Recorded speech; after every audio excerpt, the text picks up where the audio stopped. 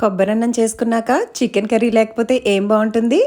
స్పైసీగా సింపుల్ ఇంగ్రీడియంట్స్తో ఈజీగా చేసుకునే చికెన్ కర్రీ కావాలంటే వచ్చేయండి మన కక్కముక్క కిచెన్లోనికి.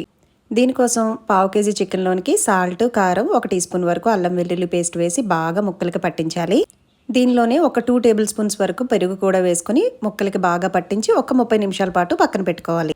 మీడియం సైజ్ ఆనియన్, 4 పచ్చిమిరపకాయలు, 2 ఇంచుల పచ్చి కొబ్బరి, ఒక 3 క్యాష్యూస్ వేసుకొని మెత్తని పేస్ట్లా చేసుకోవాలి.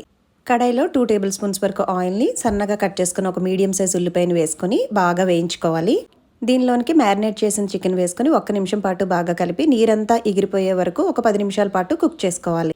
దీనిలోనికి గ్రైండ్ చేసుకున్న ఆనియన్ పేస్ట్ని ధనియాల పొడి, జీలకర్ర పొడి, ఉప్పు, కారం, గరం మసాలా వేసి ఒక 2 నిమిషాల పాటు బాగా ఫ్రై చేసుకోవాలి.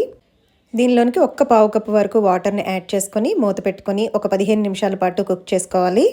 15 నిమిషాల తర్వాత కొద్దిగా కొత్తిమీర వేసుకొని వేడి వేడి కొబ్బరన్నంతో కలిపి తింటుంటే ఆహా! మరి ఈ వీకెండ్కి తప్పకుండా ట్రై చేయండి. కడుపు నిండా తిని ఎంజాయ్ చేయండి.